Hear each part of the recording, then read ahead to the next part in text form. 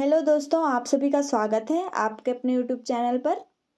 दोस्तों, आज की वीडियो में हम भारत की प्रमुख जनजातियों के बारे में पढ़ेंगे।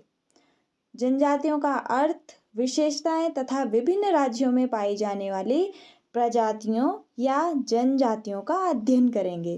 तो फिर चलिए शुरू करते हैं आज की वीडियो। वैसे तो आप सभी को जनजातियों के बारे में पता होगा, पर आज की वीडियो में थोड़ा और जनजातियों के बारे में अध्ययन करेंगे। ठीक है। सामान्यतः जनजाति लोगों का एक समूह होता है जिनकी समान वंशावली होती है और समान संस्कृति होती है। मतलब कि कोई सी भी जनजाति है, चाहे हम और आप ही हैं, हम सबकी संस्कृतियां भी अलग अलग होती हैं। तो इसी प्रकार जितनी भी जनजातियां होंगी, जितनी भी प्रजातियां हैं, उन सबकी संस्कृति और वंशावली अलग अलग होती है। तो चले जानते हैं जनजाति का अर्थ। ऐसे मानव समूह जो आज भी सभ्यता तथा संस्कृति से अपरिचित हैं, जो सभ्य समाजों से दूर जंगल, पहाड़ों अथवा पठारी क्षेत्रों में निवास करते हैं। इन्हीं समूहों को जनजाति, आदिम समाज, वन्य जाति या जनजाति तथा आदिवासी आदि नामों से जाना जाता है। ठीक है। जनजातियों का क्या होता है, उनके समाज की संस्कृति अन्य समाजों से भिन्न होती है। ठीक है। और उनके रीति रिवाज, विश्वास, भाषा और स्थान, ये सभी से भिन्न होती है, अलग अलग होती है। ये जो सभ्य समाज होते हैं, जैसे कि शहरी इलाके होते हैं, इन सभी से दूर रहते हैं। ठीक है।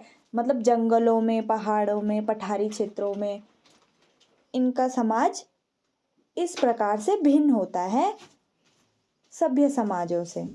देखिए, भारत का संविधान जनजाति शब्द को परिभाषित नहीं करता है, किंतु अनुच्छेद 342 के माध्यम से संविधान में अनुसूचित जनजाति शब्द को शामिल किया गया है। इसलिए इसके लिए कुछ राजनीतिक प्रावधान बनाए गए हैं। जैसे अनुच्छेद 330 के तहत अनुसूचित जनजातियों के लिए लोकसभा में सीटों का आरक्षण किया गया है। अनुच्छेद 332 के तहत राज्य विधायकों में अनुसूचित जनजातियों के लिए सीटों का आरक्षण किया गया है। और अनुच्छेद 243 में अनुसूचित जनजातियों के लिए पंचायतों में भी सीटों का आरक्षण किया गया है। जनजातियों की कुछ प्रमुख विशेषताएं होती हैं। ठीक है, चलो जानते हैं एक एक करके जनजातियों की विशेषताएं।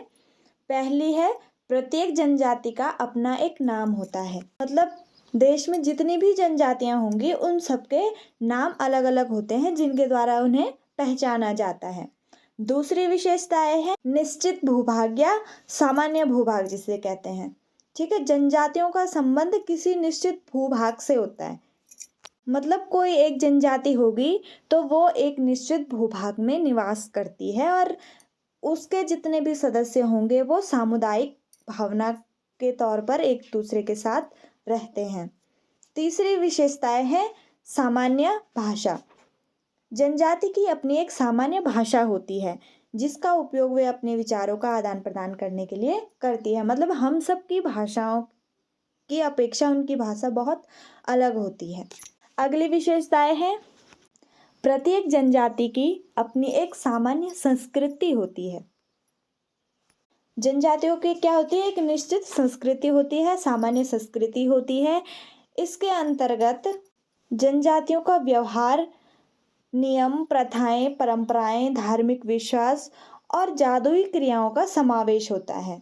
मतलब जनजातियों की भी क्या होती है, अपनी एक अलग सी संस्कृति होती है जिसके कुछ नियम होते हैं, प्रथाएं होती हैं, परंपराएं होती हैं, जैसे कि सभी संस्कृतियों में देखा जाता है।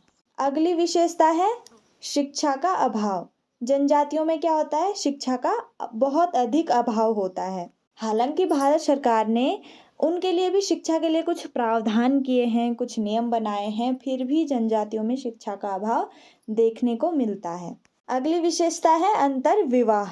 अंतर्विवाह का मतलब होता है कि कोई जनजाति है तो उस जनजाति के लोगों का विवाह उसी जनजाति के लोगों से होगा। मतलब एक जनजाति का विवाह दूसरी जनजाति के लोगों के साथ नहीं होता है, अपनी ही जनजाति में उनका विवाह होता है, जिसे अंतर्विवाह कहते हैं। दूसरी विशेषता है आत्मनिर्भरता। जनजातियों का जो समूह होता है वह स्वयं सक्षम होते हैं, मतलब कि अपनी आत्मनिर्भरता उनमें पाई जाती है। मतलब कि जितनी भी जनजाति में लोग होंगे वो सभी अपनी दैनिक आवश्यकताओं की पूर्ति, जीवन की आवश्यकताओं की पूर्ति स्वयं करते हैं, स्वयं करने में सक्षम होते हैं। अगली विशेषता है विस्तृत आकार या प्रकार।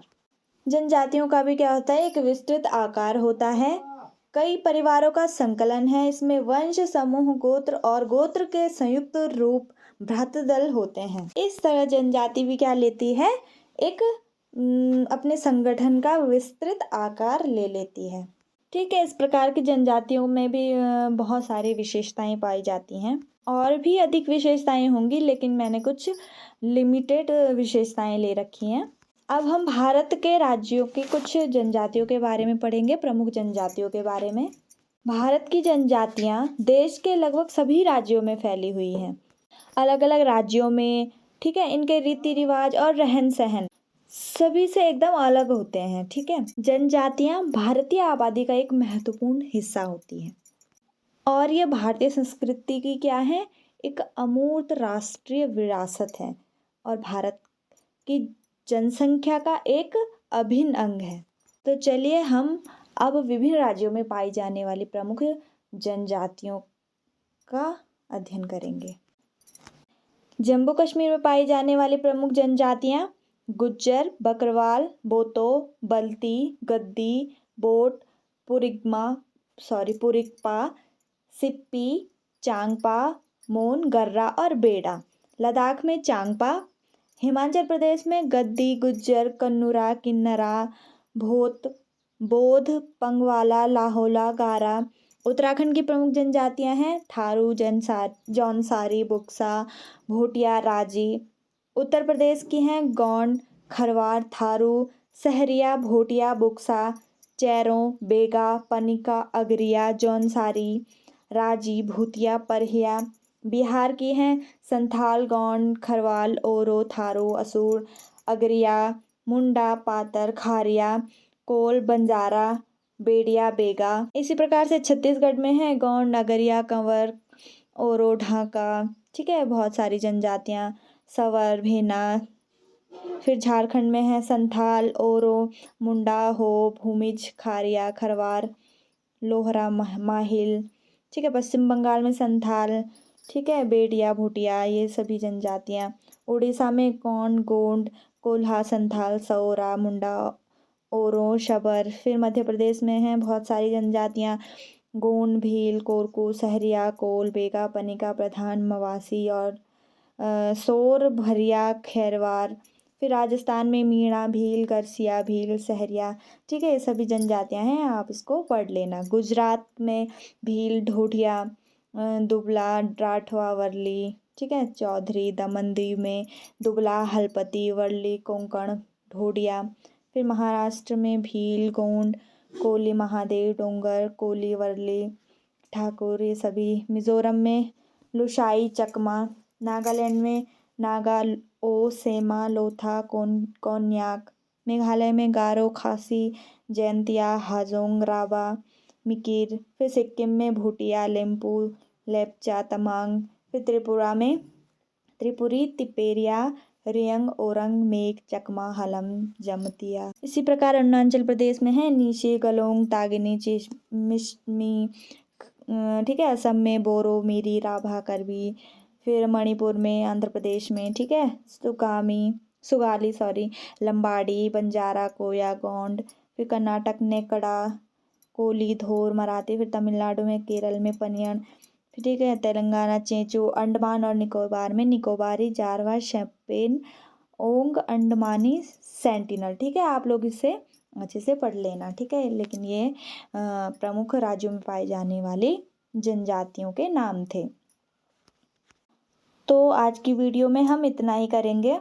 एग्ज़ाम में तो इतनी सारी जनजातियों के बारे में पूछा नहीं जाता है। ठीक है, कुछ लिमिटेड, मतलब जो कुछ प्रसिद्ध जनजातियां होंगी, ठीक है, उनमें से कुछ खास जनजातियों के बारे में ही पूछा जाता है। लेकिन ये जनजातियों के बारे में एक सामान्य जानकारी के लिए मैंने इतनी सारी जनजातियों का आपको अध्ययन कराया है। ठीक है, तो आज की वीडियो के लिए इतना ही। अगर वीडियो पसंद आए तो प्लीज़ लाइक, शेयर और सब्सक्राइब करें। धन्यवाद।